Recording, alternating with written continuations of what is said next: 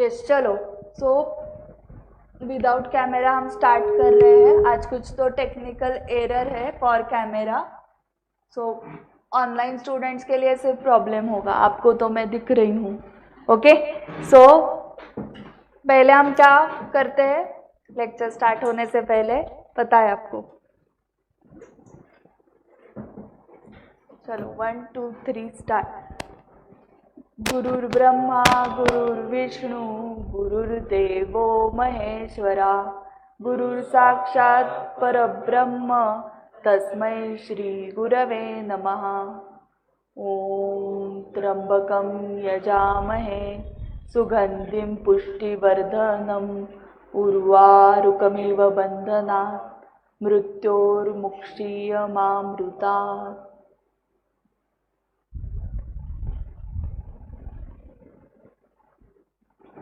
Okay so journal entries फटाफट जो homework के लिए आपको दिया था मैं बता रही हूँ। जिसको भी डाउट है हाथ ऊपर करो। ओके अभी फुल सुपर फास्ट स्पीड जाने वाला है। Mohan commences business with ₹50 lakh in his bank account. So bank है, so bank account debit to capital 50 lakh आएगा। अगर कैश होता तो cash to capital. Out of the about 25,000 is withdrawn from the bank. So bank में पहले हमने 50 लाख डाल दिए और फिर 25,000 विड्रॉ किए। सो कैश आ गई ना बिजनेस में। सो कैश आ गई, cash debit what comes in, cash account debit to bank account. Giver कौन था, bank. Debit the receiver, credit the giver. So bank को क्रेडिट किया। So cash to bank 25,000। Furniture is purchase for 12 lakh. Applying the same reasoning above the entry will be furniture account debit to bank 12 lakh 12 lakh.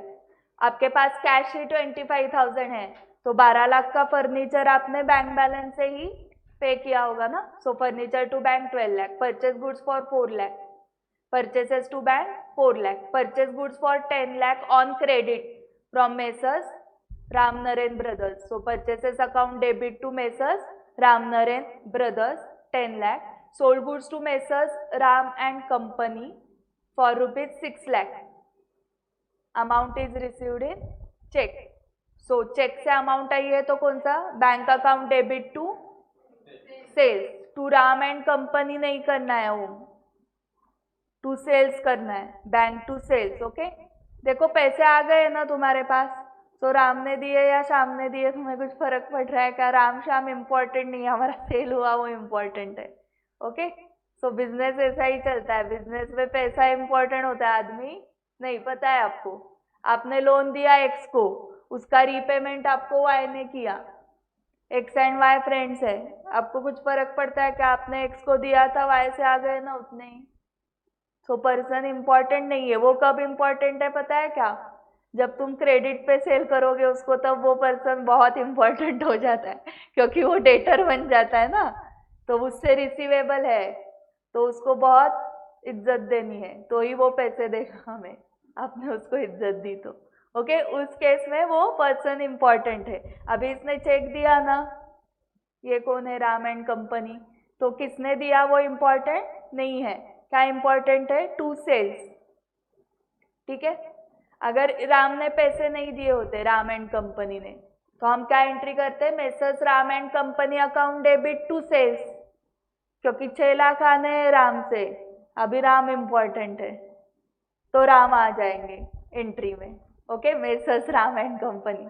Then next is sold goods to Ramesh on credit. देखो अभी Ramesh important है कि नहीं on credit. 13 lakh आने वाले हैं रमेश से। सो रमेश कितना इंपॉर्टेंट है हमारे लिए। So Ramesh account debit to sales 13 lakh. Receive cheque from Ramesh 13 lakh का, बैंक टू रमेश। अभी है क्या इंपॉर्टेंट, रमेश नहीं आ गया चेक 13 लाख का। ठीक है तो यहाँ पर रमेश को डेबिट किया था, चेक आने के बाद क्रेडिट, खत्म, रमेश का अकाउंट खत्म बुक से। Paid rent 1 lakh, the bank balance has decreased, तो rent to bank 1 lakh. Paid 20,000 to the clerk as salary, so salary to bank करना है। क्लर्क आज एक से कल वाई है, क्लर्क का नाम इंपॉर्टेंट है क्या? नहीं, आप एम्प्लॉयज को सैलरी पे कर रहे हो, सो सैलरी इंपॉर्टेंट है। ठीक है सो क्लर्क टू बैंक नहीं आएगा एंट्री, सैलरी टू बैंक आएगा। इस टाइप से 11th में नहीं सिखाया होगा ना आपको, नहीं ना? ऐसे सिखाया रहता तो 11th में 90 आ जाते मैम सीए फाउंडेशन में। Receive 2,20,000 interest. सो बैंक में इतना 2,20,000 कैश लेके आए ना, तो उसके पीछे इनकम टैक्स ऑफिसर भी आएगा। ओके, सो कैश में नहीं, bank account debit to interest account 2,20,000। अभी आप वो बोल रहे हैं कि 10th एंड 11th एंट्री को कंबाइन कर सकते हो, मतलब अलाउड है हो। Rent account debit, salary account debit to bank. Illustration 4 में ट्रांजैक्शंस का एनालिसिस वो ये करना था, ये आ गया। इसमें डाउट है किसी को? पूछूं क्वेश्चन?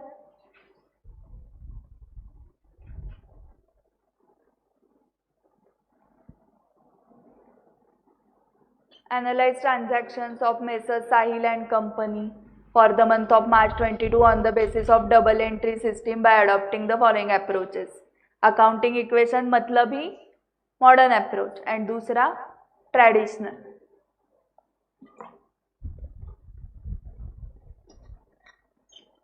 साहिल इंट्रोड्यूस कैपिटल के केस में एसेट बढ़ेगा एंड कैपिटल बढ़ेगा।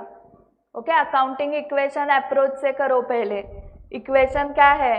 Assets is equal to liabilities plus capital. So जब कैपिटल इंट्रोड्यूस किया तो क्या बढ़ गए? Assets and capital. लायबिलिटी नहीं बढ़ी। जो लायबिलिटी ओनर को देनी होती है at the end of the business, उसको बोलते हैं कैपिटल। एंड जो दूसरों को देनी है, सप्लायर को वगैरह, बैंक को, दैट इज लायबिलिटी। सेकेंड का बताओ, cash withdrawn from city bank. Asset बढ़ गया, एसेट कम हो गया। Loan of 500 taken from Y and asset भी बढ़ गया क्योंकि कैश आ गई ना, सो एसेट भी बढ़ गया है, लायबिलिटी भी। Salaries paid for the month of March 22 300 and 100 is still payable for the month of March 22। सो जब हम सैलरी टोटल 400 है, 300 पेड की है एंड 100 पेएबल है। एसेट कम हो गई 300 से, 100 से लायबिलिटी बढ़ गई एंड सैलरी आप P&L को डेबिट करते हो एंड वहां से नेट प्रॉफिट कैपिटल में जाता है। मतलब सैलरी की वजह से कैपिटल कम हुआ ना, एक्सपेंडिचर की वजह से। तो कैपिटल कम हुआ क्या, चेक करो आंसर में। 400 से कैपिटल कम क्यों हुआ? Because of expense. एक्सपेंस की वजह से क्या होगा? कैपिटल कम होगा। इनकम की वजह से बढ़ेगा।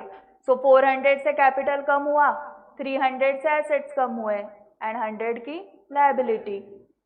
फर्नीचर परचेज 500, एसेट बढ़ गया। फर्नीचर ये एसेट बढ़ गया एंड बैंक वाला एसेट कम हो गया।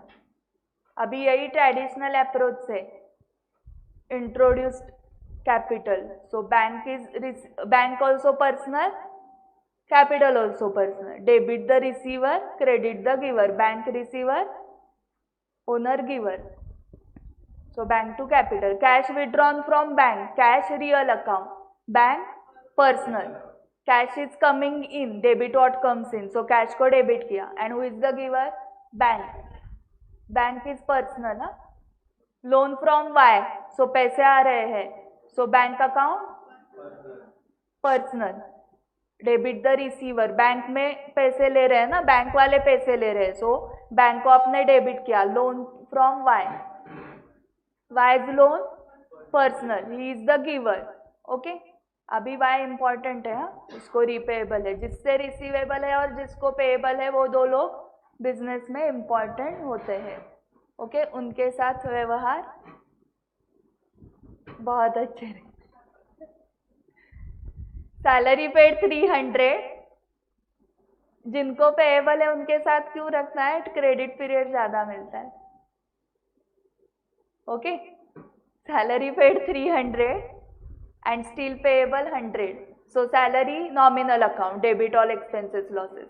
बैंक पर्सनल अकाउंट, बैंक दे रही है ना, giver. And liability personal account. Outstanding salary representative personal, किसको रिप्रेजेंट कर रहा है? वो जिसको सैलरी, जिस एम्प्लॉय को सैलरी पेएबल है, उस एम्प्लॉय को कौन सा अकाउंट रिप्रेजेंट कर रहा है? Outstanding salary account. सो आपको दोनों अप्रोच से एनालिसिस समझ में आ गया। इलस्ट्रेशन 4 के लास्ट लाइन में ऐसे भी दिया था, what conclusions one can draw from the above analysis. क्या कंक्लूजन आपने निकाला वो पढ़ो, कंक्लूजन का पैराग्राफ यहाँ पर दिया है ना इलस्ट्रेशन 5 के ऊपर। इट इज एविडेंट, एविडेंट मतलब इट इज प्रूव्ड। क्या प्रूव किया आपने? From the above analysis that procedure for analysis of transaction, classification of accounts and rules for recording business transactions under accounting equation approach and traditional approach are different. Classification of accounts आपने 3 and 6 किया था, analysis of transactions अलग से कर रहे थे। Okay यहाँ पर कैसे बोल रहे थे? डेबिट द रिसीवर, वहां पर बोल रहे थे एसेट में इंक्रीज, एंड उसके रूल्स ये अलग रूल्स लगाए ना आपने। But the accounts affected and entries entered और pass remains the same under both approaches. Thus, the recording of transactions in affected accounts on the basis of double entry system is independent of the method of analysis followed by the business enterprise. So, independent है double entry system, dependent नहीं है। Dependent मतलब कैसे हो जाएगा कि आपने modern approach follow किया तो ऐसे entry होगी and traditional follow किया तो ऐसे entry होगी। इसका मतलब डबल एंट्री सिस्टम डिपेंडेंट हो गई ना अप्रोच पे, अभी इंडिपेंडेंट है। आप कौन सा भी अप्रोच लगाओ एंट्री तो वही आने वाली है। ओके लुका द पॅसिओली पाहिलत ना कसलं सॉलिड करून ठेवलंय। ओके पास्ता इतकंच भारी आहे की नाही Italian, Luca de Pacioli. So double entry system क्या है? इंडिपेंडेंट है of methods followed for analysis of transaction by the, किसने फॉलो की है? बिजनेस एंटरप्राइज ने। In other words accounts to be debited and credited to record the dual aspects remain the same under both the approaches. ये conclusion आपने निकाला कि कौन सा भी अप्रोच फॉलो किया तो भी accounting entry will B same. ये आपके लैंग्वेज में लिखा तो भी मार्क्स मिलेंगे। ये जर्नल एंट्रीज आ गए क्या आपको? 14, 15। Ajit started business, bank to capital. He withdrew cash for business, cash to bank. He purchased goods by making payment through bank. Purchases to bank. He sold goods for 16,000 and received payment through bank. Bank to sales. He purchased furniture and paid by check. Furniture to bank. He sold goods to Arvind. Arvind to sales 2,400. He purchased goods from Amrit. Purchases to Amrit. He returned goods to Amrit. Amrit to purchase return. So purchase return nominal भी हो सकता है या real भी। Real के लिए debit what comes in, credit what goes out का rule लगेगा। एंड ये इनकम हो गया ना। Actually purchase return is not income, it is reduction in expense. Okay और reversal of expense, reversal of expense का इफेक्ट भी रिवर्स में ही जाएगा ना। परचेस डेबिट किया तो परचेस रिटर्न क्रेडिट। ये परचेस रिटर्न करना ही आपका इनकम है क्या? बताओ लॉजिकली। मैम हम हर रोज बिजनेस करने के लिए जाते हैं और परचेस रिटर्न करते हैं और उससे हमें इनकम आता है। So purchase return is not income, it's a reversal of expense या रिडक्शन इन एक्सपेंस। सो आप क्या कर रहे हो? Who is the receiver? Amrit. Debit the receiver Amrit to purchase return कितना? 500। He receive from Arvind 2,300 in full settlement. 12 दिसंबर को याद करो, 12 दिसंबर को आपने सेल किए थे गुड्स 2,400 के अरविंद को, एंड वो बोल रहा है कि फुल सेटलमेंट 2,300 में कर दो। सो कैश कितनी आ गई आपको? 2,300। Cash account debit 2,300, discount account debit 100 to Arvind 2,400। So ये कैश डिस्काउंट था या ट्रेड डिस्काउंट? कैश डिस्काउंट, क्योंकि वो बोल रहा है मैं अभी पेमेंट करता हूँ बट 100 का डिस्काउंट दो। ओके सो इमीडिएट पेमेंट के लिए जो डिस्काउंट देते हैं that is cash discount. Next बताओ पर्सनल यूज वाला। ड्रॉइंग्स टू परचेसेस कैश नहीं विड्रॉ की है, क्या विड्रॉ किया है? गुड्स। सो गुड्स विड्रॉ किए तो drawings account debit to cash कैसे आएगा? टू परचेसेस आएगा, या to goods withdrawn for personal use आएगा, या to purchases. Okay, to purchases लिखा तो ट्रेडिंग अकाउंट में परचेसेस से लेस करके दिखाओ इनर कॉलम में। परचेसेस नहीं यूज किया आपने, दूसरा क्या है? Goods withdrawn for personal use नाम का भी एक अकाउंट है, तो वो आपने क्रेडिट किया है तो ट्रेडिंग अकाउंट के क्रेडिट साइड को जाएगा वो। He withdrew cash from business for personal use. अभी drawings to cash, correct. He paid telephone charges to cash. Amount paid to Amrit in full settlement. जैसे कस्टमर ने फुल सेटलमेंट किया वैसे हमने भी फुल सेटलमेंट किया। सो 10,000 परचेज किए थे, 500 रिटर्न किए थे, तो पेएबल अमृत को कितने थे? 9,500, बट सेटल किया आपने 9,450, तो डिस्काउंट आपने सिर्फ 50 का लिया, कस्टमर को 100 का डिस्काउंट दिया, आपको 50 का ही डिस्काउंट मिला। So Amrit is the receiver, Amrit account debit 9,450 to cash, sorry हाँ, Amrit account debit 9,500 to cash 9,450 to discount receive 50। Paid stationery rent, stationery account debit, rent account debit, salary account debit to bank. वहां पर specific दिया है ना bank, from bank, so इसलिए to bank. And goods distributed by way of free samples, advertisement account debit to purchases, नहीं तो advertisement account debit to goods distributed as free samples. To purchases किया तो purchase से less करना है, goods distributed as free samples, इतना बड़ा account आपने बनाया तो ट्रेडिंग क्रेडिट करें।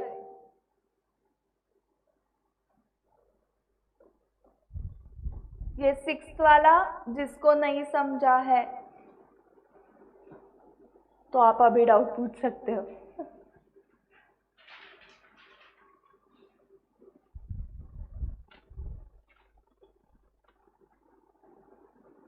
ओम 7th इलस्ट्रेशन आया है क्या तुम्हें? 6th एंड 7th किसको किसको आ गया? 1 2 3 4 5 6 7, 6th and 7th illustration. Vishwajeet 7 के एंट्रीज बताओ। Illustration 7, Ramesh started business with 10 lakh. अरे आत्ता सांग ना, Ramesh started business with 10 lakh.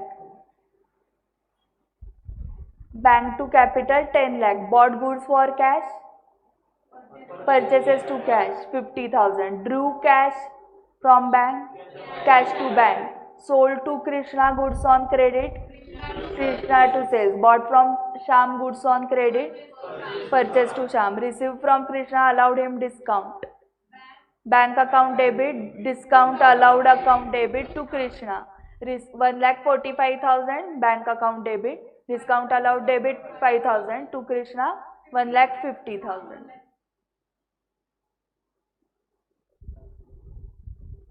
Paid Sham cash, discount allowed 10,000, उसने हमें डिस्काउंट दिया, हाँ 10,000। हाँ, Sham account debit 2,25,000 to cash 2,15,000 to discount receive 10,000। Discount allowed by Sham लिख सकते हो, इधर आ गया डिस्काउंट अलाउड बाय शाम, उसने डिस्काउंट अलाउड किया है, ठीक है। Cash sales for the month, cash to sales, rent to bank, salary to bank. And 6 में क्या डाउट है?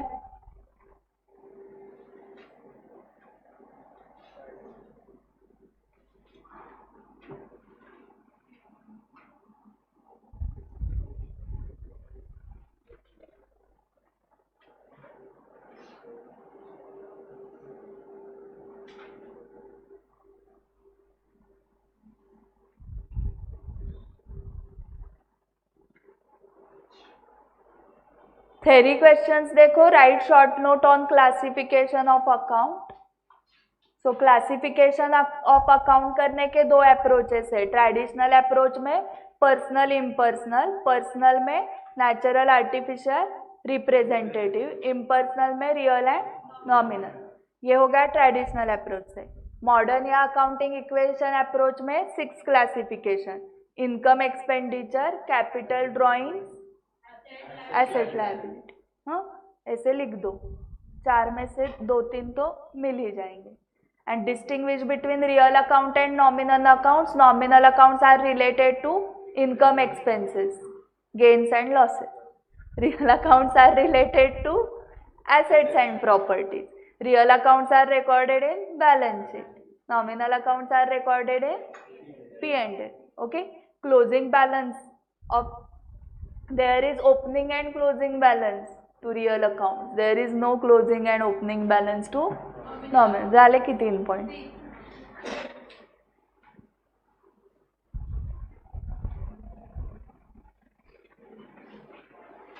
Fourth point, balances of real account are carried forward to next year. Nominal accounts के closing balances transferred to P&L account. Last year की salary आप carry forward नहीं करते हो ना, 12 मंथ की सैलरी P&L को गई, हो गया काम उस सैलरी का.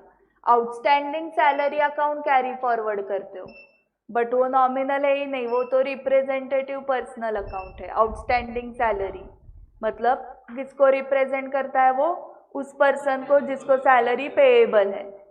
सैलरी अकाउंट का बैलेंस नहीं कैरी फॉरवर्ड होता है, ठीक है.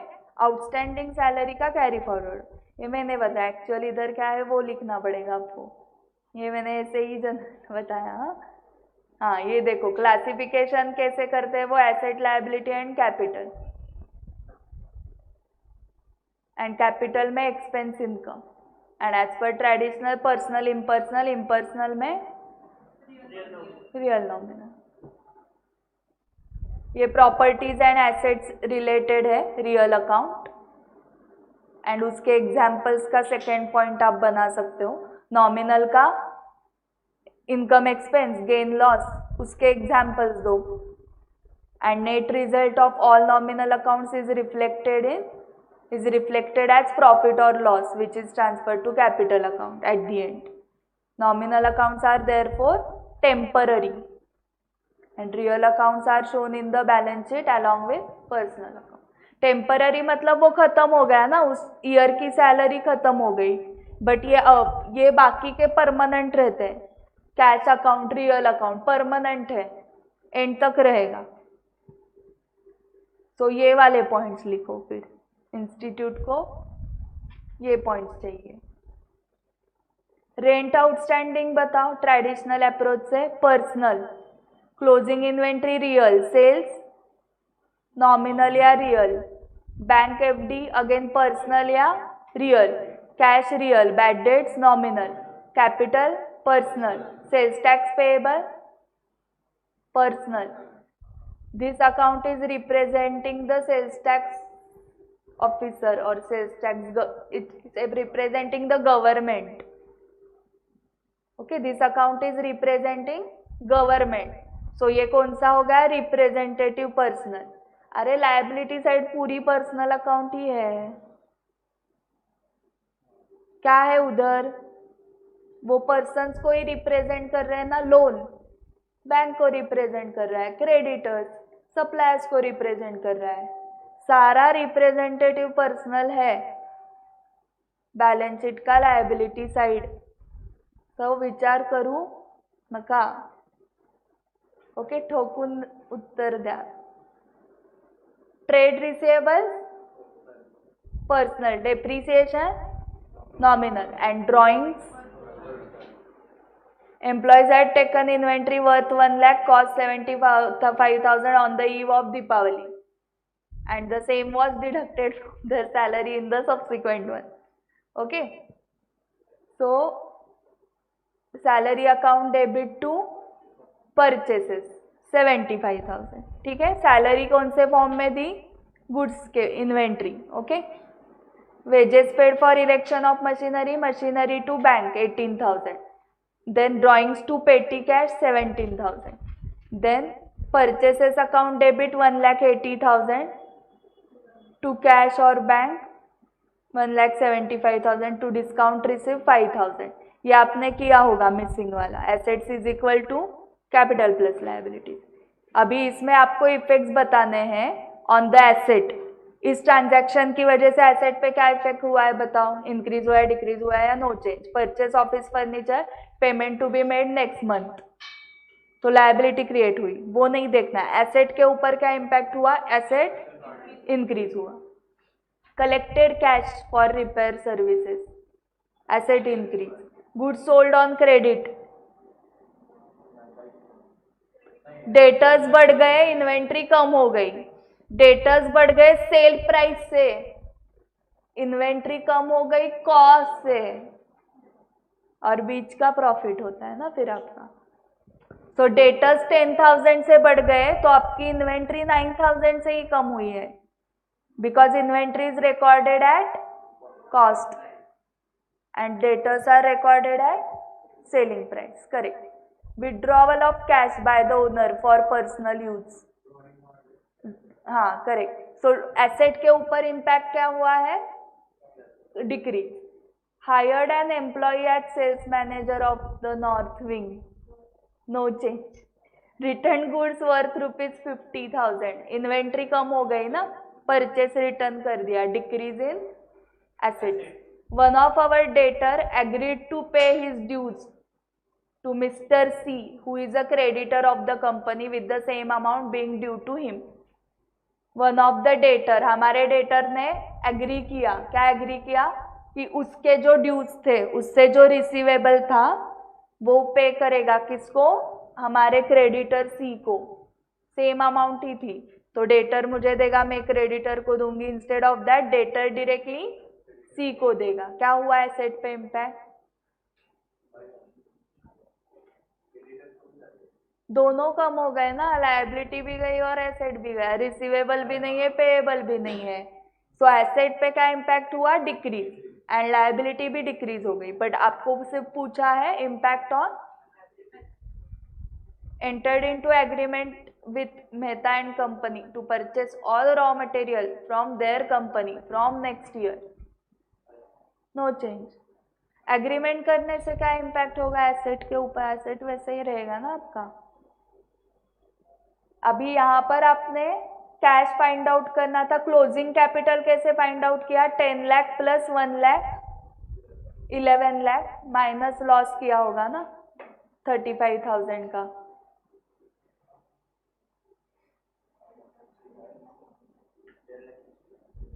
हाँ लिखो फिर वहां पर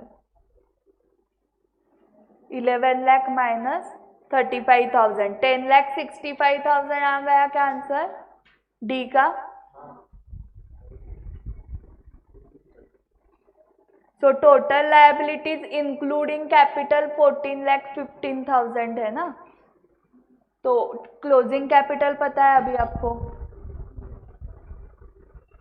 10,65,000 and total liabilities including capital 14,50,000 है ना टोटल. तो सिर्फ लायबिलिटीज कितने हुए, total liabilities including capital.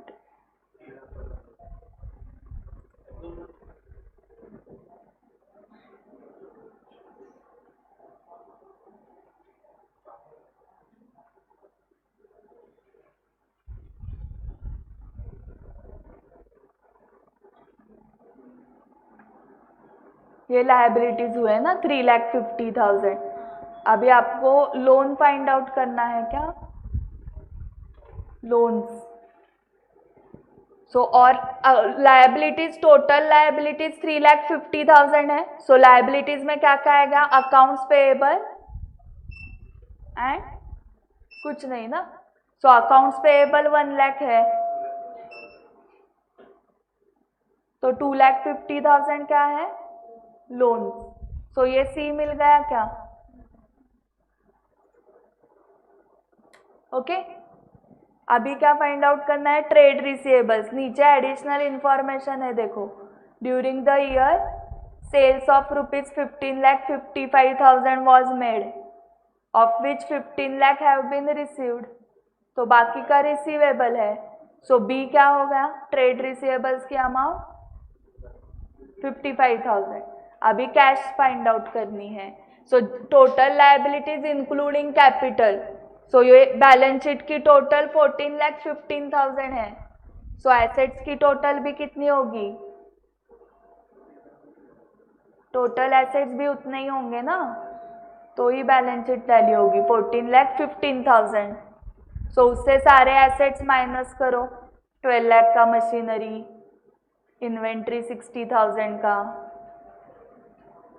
Bank balance 80,000 का, 55,000 ट्रेड रिसीवेबल्स, फिर बाकी जो रहेगा दैट इज कैश। हाँ ए।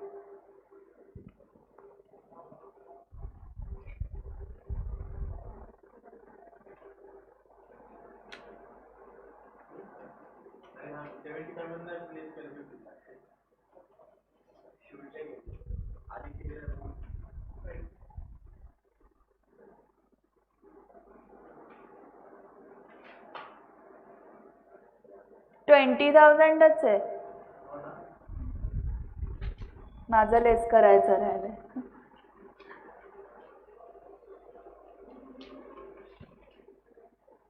ते येतच नाही हा।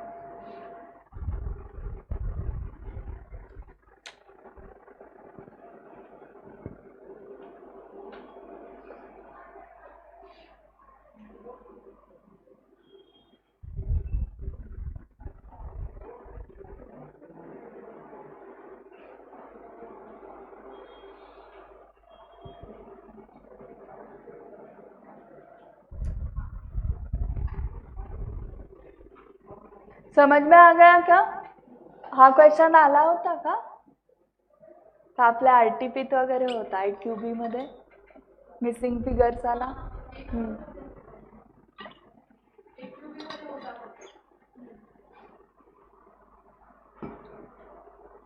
तो आइदर आरटीपी एमटीपी में इधर तो आया होगा।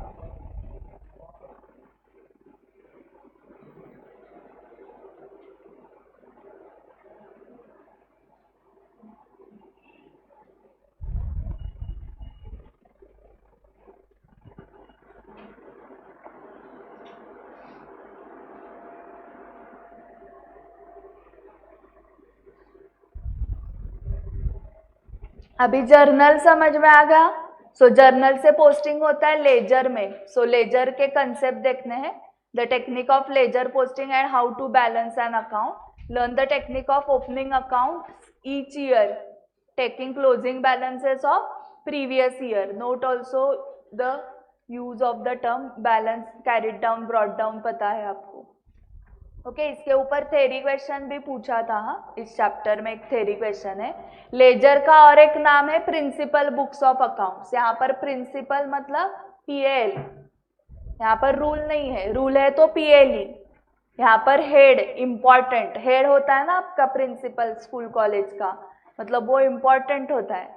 तो यहाँ पर लेजर इम्पॉर्टेंट होता है, लेजर बुक जो है। सो लेजर का और एक नाम क्या रखा है, प्रिंसिपल बुक। एंड जर्नल का और एक नाम है book of original entry. So process of transferring journal entries into accounts remaining are carried forward to the next year. Some of the balances are transferred to the P&L। Some of the मतलब किसके, nominal accounts के।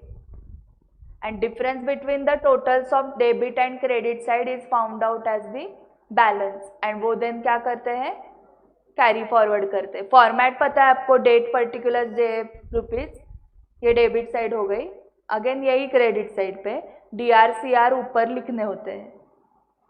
Posting, rules regarding posting of entries in the ledger, ये question है। Theory में जाके देखो है, ये क्वेश्चन है क्या थ्योरी क्वेश्चंस में, एक्सरसाइज में 5 मार्क के लिए आया हुआ क्वेश्चन है ये।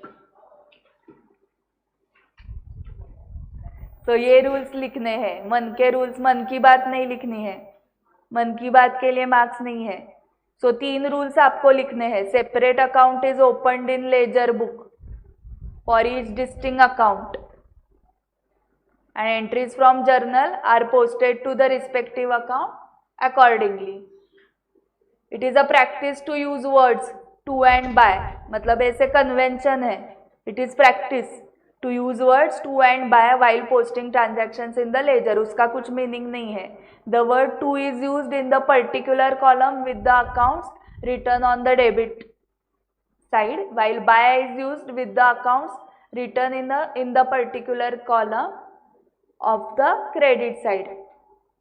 These to and by do not have any meanings, but are used to account debited and credited. ये लिखना है. टू एंड बाय के बारे में बहुत कुछ लिखना है. पहले लिखना है कि separate account is opened in the laser book for each distinct account and entries from journal are posted to respective account accordingly. फिर थर्ड लिखना है the concerned account debited in the journal should also be debited in the ledger. Journal entry में आपने salary account debit किया तो laser में भी आप सैलरी अकाउंट ही डेबिट करते हो, correct. So the concerned account debited in the journal should also be, has to be लिखना है क्या? हैज टू बी नहीं यूज करना है. Should be debited in the ledger, but reference should be of the respective credit account. Salary account ही आप debit करते हो लेजर में, बट रेफरेंस किसका देखते हो? The account which you have credited to cash. Okay, आज रूल्स कळले मैडम पोस्टिंग से. तो हम यही करते हैं, ये करते, बट वो उन्होंने थेरी क्वेश्चन पूछा है, what are the rules regarding posting of entries. Okay, तो हम यही करते हैं ना, बट जब एक्सप्लेन करने को पूछा जाएगा तो नहीं आएगा कि हम क्या करते हैं. सो थेरी क्वेश्चन वो 5 मार्क के लिए आया हुआ है हाँ एग्जाम में. तो यही 3 चीजें लिखनी है. ठीक है. इलस्ट्रेशन 1 में आपको स्टेशनरी अकाउंट प्रिपेयर करना है. ओपनिंग इन्वेंट्री है स्टेशनरी की. So to balance brought down 480. फिर purchase of stationery by cheque, so stationery to bank 800. Then purchase of stationery on credit from 5 star mart, 5 star stationery mart to 5 star stationery mart 1280. So सारे transactions debit side को ही हुए, तो सारे transactions की total कर दी. And by balance carried down 2560. By balance carried down वही to balance brought down. फिर prepare ledger accounts. So already opening balances दिए हुए हैं, डेबिट बैलेंसेस जो दिए उन सबका क्या लिखोगे? To balance brought down. And credit balance वालों का बाय बैलेंस ब्रॉट डाउन. अभी first is purchase goods worth ₹5000 payable at a later date for cash less 20% trade discount and 5% cash discount. Payable at a later date cut कर दो, delete करो. दोनों कैसे हो सकता है? Purchase goods worth ₹5000 for cash भी and payable at a later date भी. आपको कैश अकाउंट में दिख रहा है क्या? क्रेडिट साइड को लिखा है बाय परचेसेस. कैश अकाउंट पहला ही है ना, उसमें बाय परचेसेस 3800 कैसे आया? 5000 पे पहले 20%, सो वो 1000 हो गया. ओके, एक 0 हटाया तो 10% होता है 500, एंड उसका डबल करना है 20% के लिए. एक 0 हटाते हो ओम तो 10% हो जाता है. सो 5000 से एक 0 हटाओ 500 हो जाएगा वो 10%, एंड उसका डबल करो. 500 का डबल इज 1000. डबल क्यों करना है? क्योंकि हमें 20% चाहिए डिस्काउंट. सो 1000 लेस किया तो कितना आ गया? 4000. ओके, सो ये ट्रेड डिस्काउंट डिडक्ट करके आया. अभी कैश डिस्काउंट 5% है. सो 4000 का अगेन एक 0 हटाओ 400, तो वो 10% हुआ. हमें 5% चाहिए, तो 400 का इज 10%, आपको 5% चाहिए, सो हाफ करो. 400 का हाफ 200. सो 4000 से 200 लेस करो, 3800 आपको पे करने. So purchases account debit 4000, to cash 3800, to discount receive दिख रहा है क्या 200, डिस्काउंट अकाउंट है क्या आगे, है ना डिस्काउंट अकाउंट, तो उसके क्रेडिट साइड को दिख गया बाय परचेसेस 200। सो परचेसेस अकाउंट आपने कितने से डेबिट किया है 4000 से, टू कैश 3800, टू डिस्काउंट 200, ऐसे टोटल 4000 से डेबिट किया। फिर कैश के क्रेडिट साइड को बाय परचेस अमाउंट 3800, कैश के क्रेडिट को by purchase, and discount account के भी क्रेडिट को बाय परचेस अमाउंट 200। सो एक एंट्री में अगर 3 अकाउंट्स आ गए हो, purchase account, cash account, discount account, तो उसका लेजर पोस्टिंग समझ में आया क्या?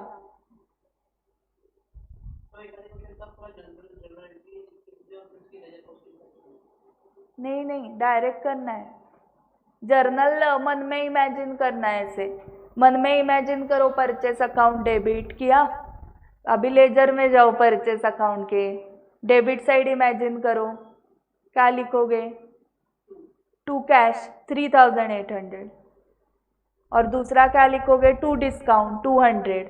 जर्नल एंट्री इमेजिन करो, लिखते वक्त लेजर लिखो, ऐसे करते बैठोगे तो दिसंबर 24 में एग्जाम देनी पड़ेगी, जर्नल लिख के लेजर लिखोगे तो। अद्वैत मेडेकर के पास भी 6 मंथ्स ही थे, जो ऑल इंडिया रैंकर है। उसने क्या किया, 11-12 के HSC बुक्स सॉल्व किए हैं अकाउंट्स के, एंड CBSE के भी। इतना तुम करोगे तो तुम्हारा डायरेक्ट लेजर आ जाएगा। इनका कैसे आता है, थोड़ा बहुत इन्होंने भी पढ़ाई किया था 11-12 में, सो उनको आ जाता है लेजर डायरेक्टली। तो थोड़ा बहुत तुम भी पढ़ लो 11 का टेक्स्ट बुक, जर्नल लेजर, तो तुम्हें भी डायरेक्ट लेजर आ जाएगा। ठीक है, सो इमेजिन करो परचेस अकाउंट के डेबिट साइड को टू कैश 3800, टू डिस्काउंट 200। फिर कैश अकाउंट के क्रेडिट साइड को क्या लिखोगे, बाय परचेसेस, बट कैश कितनी पे की तुमने, वो अमाउंट लिखनी है 3800, 4000 नहीं लिखनी वहाँ पर 3800। फिर दूसरे अकाउंट पे जाओ, डिस्काउंट अकाउंट, उसके क्रेडिट साइड को फिर से क्या लिखोगे, बाय परचेसेस, एंड डिस्काउंट कितना मिला था तुम्हें,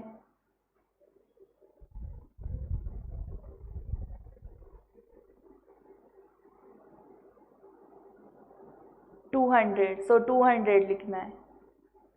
next, receive 1980 from Vijay and allowed him 20 as discount. So cash आपको रिसीव हुई 1980, discount allowed 20, to Vijay 2000। So cash account के डेबिट साइड को टू विजय 1980, डिस्काउंट अलाउड के डेबिट साइड को टू विजय 20, विजय अकाउंट के क्रेडिट साइड को by cash and by discount allowed, by cash 1980 and by discount allowed 20। नको घाबरू सोम, all are in same boat, समझा मुझे। Purchase plant from Mukesh for 5000 and paid 100 as cartage for bringing the plant to the factory and another 200 as installation charges.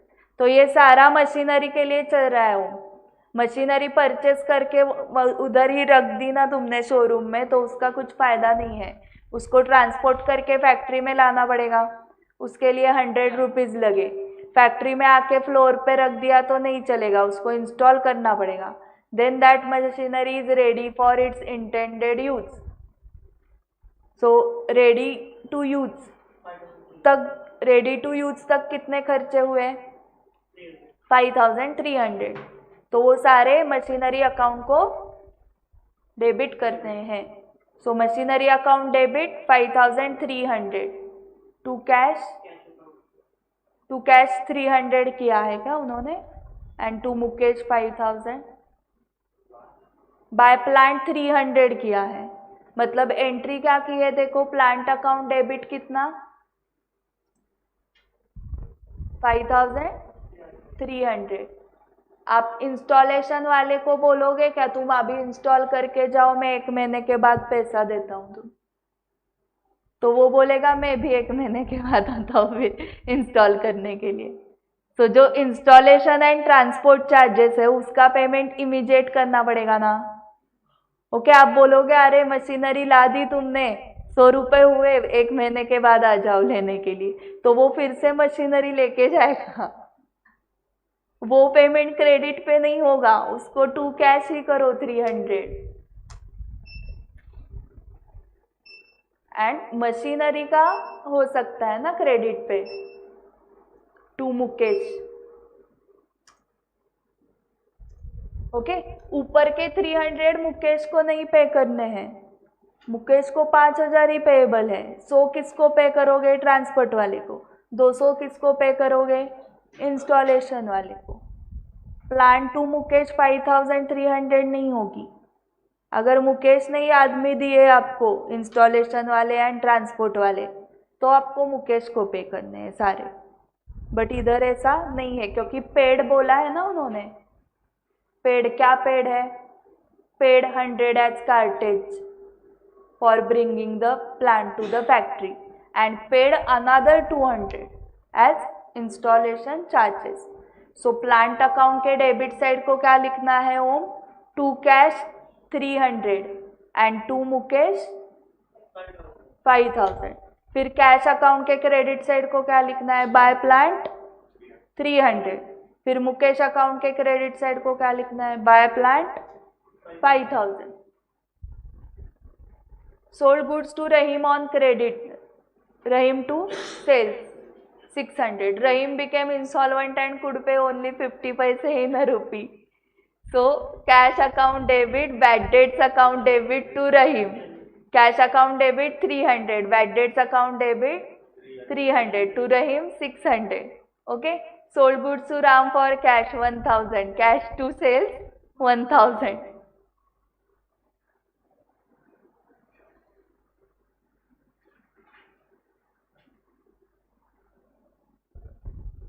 So illustration 3 आप कर सकते हो क्या?